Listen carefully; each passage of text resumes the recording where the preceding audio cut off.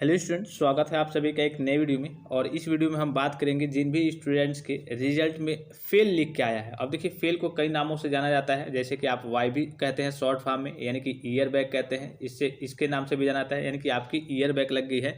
तो इसको क्लियर करने का अर्थात हटाने का कौन कौन सा ऑप्शन आपके पास अवेलेबल होता है, क्या क्या करने चाहिए आपको, अगर आप फेल हो जाते हैं तो क्या क्या करना चाहिए आपको, इसके बावजूद फेल कब होते हैं वो मैं आपको बता दूं। अगर आपकी 5 सब्जेक्ट में बैक हो गई है कुल मिला जुला के, जैसे कि मान लीजिए कि आपने सेकेंड ईयर में है इस बार, तो सेकेंड ईयर में है, आपने थर्ड सेमेस्टर का एग्जाम दिया होगा, फोर्थ सेमेस्टर का एग्जाम दिया होगा, तो हो सकता है कुछ बैक आपकी, मान लीजिए कि 2 बैक आपकी थर्ड सेमेस्टर की होगी और 3 बैक आपकी फोर्थ सेमेस्टर की होगी, यानी कि कुल मिला जुला के एक साल में अगर आपकी मान लीजिए कि सेकेंड ईयर में है या फिर फाइनल ईयर में है, जिस ईयर भी अभी है, अगर आपकी 5 बैक हो जाती है या फिर उससे ऊपर हो जाती है, 6 हो जाए, 7 हो जाए, 8 हो जाए, तो आपकी वाई भी लग जाती है, यानी कि ईयर बैक लग जाती है और आप फेल माने जाते हैं। तो फेल देखिए, फेल को मैंने अभी बताया कि वाई भी यानी कि ईयर बैक भी कहते हैं। इसके अलावा इसके जो कहिए कि हानियाँ हैं, सबसे पहले मैं बता दूं, अगर आप फेल हो गए हैं तो आप नेक्स्ट ईयर में नहीं जा पाएंगे। आप अगर सेकेंड ईयर में थे तो फिर से आप सेकेंड ईयर में ही पढ़ेंगे। इसके अलावा आपका 1 साल का मान लीजिए कि टाइम वेस्ट हो जाएगा। इसके अलावा जो एक और इम्पॉर्टेंट चीज़ है, आपकी फ़ीस मान लीजिए कि जैसे मान लीजिए कि आपका 3 साल का कोर्स है, उस हिसाब से आपको 3 साल की फ़ीस देनी पड़ती, लेकिन अब आपको क्या होगा, 1 साल आपका एक्स्ट्रा हो जाएगा, तो आपको 4 साल की फ़ीस यानी कि आपका एक्स्ट्रा फीस 1 साल का लगेगा। इसके अलावा आपकी स्कॉलरशिप की राशि भी नहीं आएगी, यानी कि अगर आप फेल होते हैं किसी भी ईयर में, जैसे कि मान लीजिए कि सेकेंड ईयर में है, अब आप सेकेंड ईयर में फिर से पढ़ेंगे तो इस साल आपकी स्कॉलरशिप की राशि भी नहीं आएगी। तो ये सारी चीज़ें होती हैं, अगर आप फेल हो जाते हैं तो आपके साथ ये सारी मतलब घटनाएं घटती हैं कि आपकी स्कॉलरशिप नहीं आएगी, 1 साल का आपका समय भी वेस्ट जाएगा, आपकी फ़ीस तो लगेगी ही लगेगी। जिस साल में आप एडमिशन लेंगे, भले ही सेकेंड ईयर में पढ़े हैं, फिर से सेकेंड ईयर में एडमिशन लेंगे तो फीस भी लगेगी, 1 साल टाइम वेस्ट भी जाएगा और आपकी स्कॉलरशिप की राशि भी नहीं आएगी। ठीक है, तो इसको हटाने का कह लिए कि कौन कौन सा ऑप्शन अवेलेबल होता है, तो इसका ऑप्शन केवल आपके पास एक ही होता है, रीचेक, यानी कि रीचेक का फॉर्म भरना। अब देखिए, रीचेक में मैं आपको सुझाव दूंगा, जिन भी बच्चों के मार्कशीट पे यानी कि रिजल्ट पे फेल लिख के आ रहा है, यानी कि उनको फेल कर दिया गया है, वो क्या करेंगे थोड़ा सा समझ लेंगे। जैसे कि इनका मैं आपको रिजल्ट पहले दिखा दूं, यहाँ पे आपको दिख रहा होगा, ये आप देख लीजिए, यहाँ पे इनकी 6 सब्जेक्ट में बैक है, यहाँ दिख रहा होगा, एक में इनका 4 नंबर है, एक में 12 नंबर है, एक यहाँ देखिए पहला ही है आपका 15। ठीक है, 4 12 15 3, तो ऐसे यहाँ पे हो गया। और फिर यहाँ पे अगर आप आए, आप यहाँ पे देखिए, इधर की ओर देखें तो इसमें आपका दिख रहा होगा 13 8 और 14। ठीक है, 6 इनके टोटल सब्जेक्ट्स में बैक है, और 6 बैक का मतलब यानी कि 5 प्लस बैक का मतलब ईयर बैक हो गया है। तो अब इनको करना क्या चाहिए, कौन कौन सा ऑप्शन इनके पास है कि ये फेल जो है इसको हटा सकते हैं। तो इसका मात्र एक ही सोल्यूशन होता है आपके पास, रीचेक का फॉर्म भरना। अब देखिए किस तरीके से आपको रीचेक का फॉर्म भरना है। आपके मान लीजिए कि पहला, दूसरा, तीसरा, चौथा, पाँचवा, छठा, 6 सब्जेक्ट हो गए, तो आपको आंख बंद करके 6 सब्जेक्ट में आपको री एवल्यूशन का फॉर्म भरना है, स्क्रूटनी का फॉर्म बिल्कुल भी नहीं भरेंगे। ठीक है, नहीं तो कोई फ़ायदा नहीं होगा। 6 सब्जेक्ट में आपको रिवोल्यूशन का फॉर्म भरना है। कुछ स्टूडेंट्स देखता हूं मैं, कभी कभी ये सोचते हैं कि सर मैं मान लीजिए कि मेरे पास 6 सब्जेक्ट में तो मेरी बैक है, मैं 3 में भर दे रहा हूं। ठीक है, और 3 में से मान लीजिए कि तीनों क्लियर हो जाएगा या फिर 2 भी क्लियर हो जाएगा तो मेरा हट जाएगा। लेकिन देखिए, ऐसा नहीं है। अगर आपको मान लीजिए कि जो भी आपके एग्जामिनर कॉपी चेक कर रहा है, फिर से चेक करेगा, वो पता नहीं, हो सकता है कि अच्छे स्वभाव का हो। कभी कभी ऐसा होता है कि आप कुछ बहुत ख़राब लिख के आते हैं तब भी आप पास हो जाते हैं, 17 नंबर 18 नंबर मिल जाता है। कभी कभी ये होता है कि आप बहुत अच्छे लिख के आते हैं तब भी आपकी बैक लग जाती है।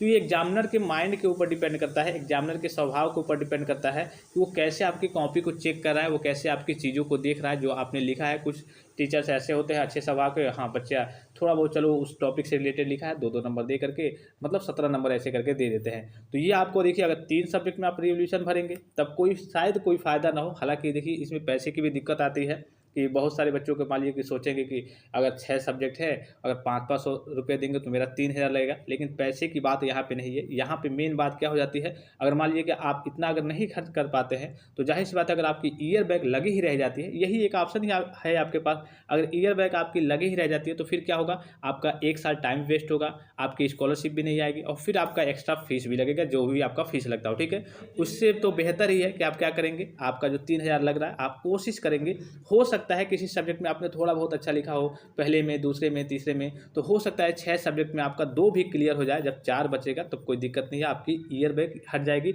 आप फेल से जो है आपका फेल लिखा रहेगा वो आपका प्रमोटेड विथ बैक हो जाएगा, आप नेक्स्ट ईयर में एडमिशन के लिए एलिजिबल हो जाएंगे। तो ये सारी चीज़ें हैं। आप बच्चे देखिए, बच्चे मैंने अभी शुरू में कहा कि कुछ बच्चे सोचते हैं कि मेरा तो मान लीजिए कि ये पेपर बहुत अच्छा गया है, ये भी बहुत अच्छा गया है, ये 3 बहुत अच्छा गया है, मैं 3 में भर दे रहा हूँ, ठीक है, और 3 में नहीं भरूंगा, 3 में से 3 या फिर कहीं 2 क्लियर हो जाए। तो ऐसा नहीं है, आप कोशिश करेंगे कि अगर आपके पास थोड़ी सी दिक्कत ना हो पैसे की तो आप पूरे में भर देंगे।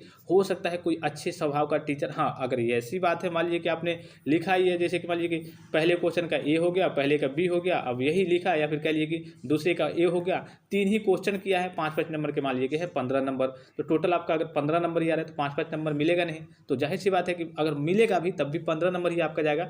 अगर आपने इसलिए कहा जाता है कि कम से कम आप क्वेश्चंस को अटेम्प्ट किए रहेंगे एग्जाम में, जितने भी क्वेश्चन हैं, कुछ भी लिखे, उस टॉपिक से रिलेटेड कुछ भी लिख दे आप, जो भी आपको आपके मन में आता हो, जो भी क्वेश्चन हो उसी को टेढ़ा मेढ़ा करके कुछ भी लिख देते हैं आप। तो जब आप एग्जामिनर कई अच्छे स्वभाव के होते हैं जो आपकी कह लीजिए कि रीचेक की कॉपी चेक करेंगे तो देखेंगे हाँ बच्चा तो लिखा तो है, चलिए एक टॉपिक से रिलेटेड कुछ लिखा है, तो हो सकता है आपके 6 सब्जेक्ट में आपका रिवोल्यूशन का फॉर्म भरे तो 6 सब्जेक्ट में क्लियर हो जाए। बहुत सारे बच्चों के साथ ऐसा होता है, जैसे कि मेरे पास भी कई सारे स्टूडेंट्स हैं कि उन्होंने जैसे कि 5 सब्जेक्ट में, 6 सब्जेक्ट में बैक रहती है और रिवोल्यूशन का यानी कि वो फेल हो जाते हैं, और रिवोल्यूशन का फॉर्म भरते हैं तो 2 में, 3 में, कभी कभी तो 4 में क्लियर हो जाता है, कभी कभी ऐसा होता है कि 6 में भी क्लियर हो जाता है। ऐसी भी स्थिति आती है कि 6 में भी क्लियर हो जाता है, या फिर कभी कभी मान लीजिए कि 4 में क्लियर हो जाता है और 2 में क्या होता है कि मान लीजिए कि उनका 8 नंबर था और 3 नंबर था, ऐसे करके था, तो उनका 13 नंबर 14 नंबर ऐसे हो जाता है, और इस केस में उनको ग्रेस मार्क्स भी मिल जाता है। तो ये स्थिति रहती है आप सभी स्टूडेंट्स के लिए। तो मैं यही सुझाव दूंगा, बहरहाल आपकी मर्जी है कि आप रिवोल्यूशन कितने सब्जेक्ट में डालते हैं, कितने सब्जेक्ट में करते हैं,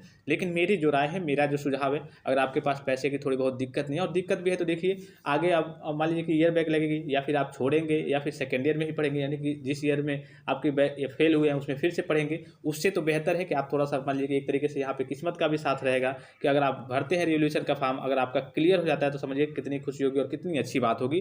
तो एक ही ये ऑप्शन आपके पास होता है कि रीचेक का फॉर्म भरना, इसके अलावा आपके पास कोई ऑप्शन अवेलेबल नहीं होता है। अगर आप फेल हो गए हैं तो फेल ही रहेंगे, रीचेक का फॉर्म अगर नहीं डालते हैं तो इसके अलावा आपके पास कोई ऑप्शन नहीं होता है। तो चलिए, रीचेक का फॉर्म जैसे ही आता है, आपको मालूम है, हो सकता है आज कल में ऑफिशियल नोटिस भी जारी हो जाए, तो मैं आप सभी स्टूडेंट्स को इन्फॉर्म कर दूंगा कैसे भरना है, और आप कोशिश करेंगे, जहाँ तक मेरा सुझाव है, मैं बार बार यही कह रहा हूँ। और देखिए ये जो चीज़ है, इसका मतलब जो कह लीजिए कि एक तरीके से दुख दर्द आप कह सकते हैं, ये हमारा तो काम होता है केवल आपको अपडेट देना। जो असली दर्द और दुख है वो आपके मन में होगा, या फिर कह लीजिए कि आपके फैमिली के साथ होगा कि हाँ मतलब फेल हो गए, मतलब कि आप समझ सकते हैं मैं क्या कहना चाहता हूँ।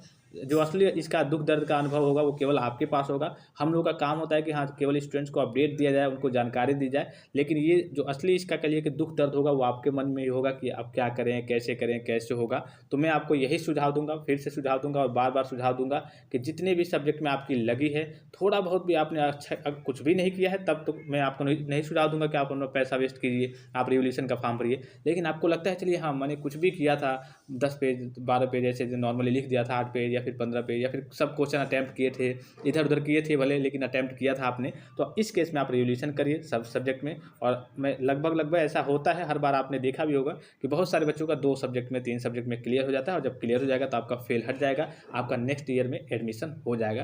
तो ये स्थिति रहती है आप सभी स्टूडेंट्स के लिए जिनके रिजल्ट पे यानी कि जिनके मार्कशीट पे फेल लिख के आता है, बस यही एक ऑप्शन होता है। आशा करता हूँ कि ये सारी चीज़ें आपको समझ में आई होंगी।